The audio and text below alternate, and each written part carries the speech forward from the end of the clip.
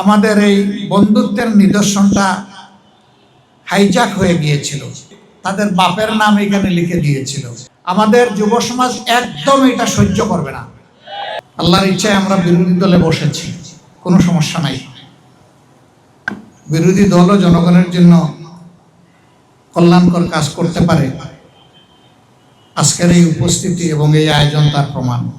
1976 সালে চীন বাংলাদেশকে আনুষ্ঠানিক স্বীকৃতি দেয়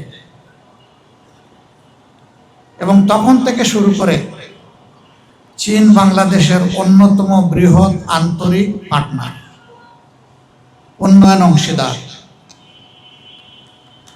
চীনের অংশীদারিত্বে বাংলাদেশে অনেক বড় বড় নিদর্শন গড়ে উঠেছে এবং তাদের বন্ধুত্বের নিদর্শন শুধু আজকের এই গ্যাদারিং না, আপনাদের পাশেই বড় একটা স্থাপনা আছে,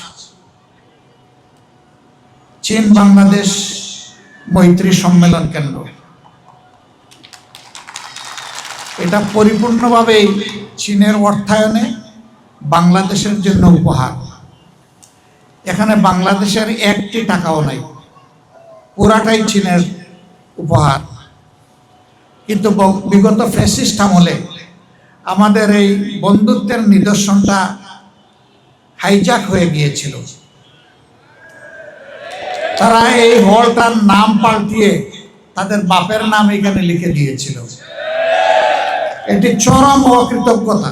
চীন এমন একটি দেশ যা আজ পর্যন্ত স্বাধীন বাংলাদেশের আভ্যন্তরীণ কোনো বিষয়ে তারা কোনো হস্তক্ষেপ করেনি। অনেকে বাংলাদেশকে কিছু না দিয়েই, বাংলাদেশ থেকে সব কিছু নিয়েই তারা যখন তখন হস্তক্ষেপ করেন, কিন্তু চীন তা করে না। চীন অবিরত বন্ধুর পরিচয় দিয়েই চলেছে। তারা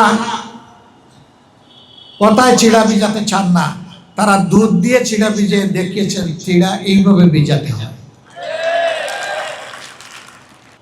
আমরা সারা দুনিয়ার সভ্য সমস্ত দেশের সাথে বন্ধুত্বপূর্ণ সম্পর্ক আমরা রক্ষা করতে চাই, কিন্তু একটা কথা খুবই পরিষ্কার, আমাদের ঘাড়ের উপর আমরা কারো আধিপত্য মেনে নেব না। অতীতে নেওয়া হয়েছে, এই বোঝা আমরা ফেলে দিয়েছি, এই বোঝা জাতি আর নিজের ঘাড়ে উঠাবে না। আমাদের যুব সমাজ একদম এটা সহ্য করবে না।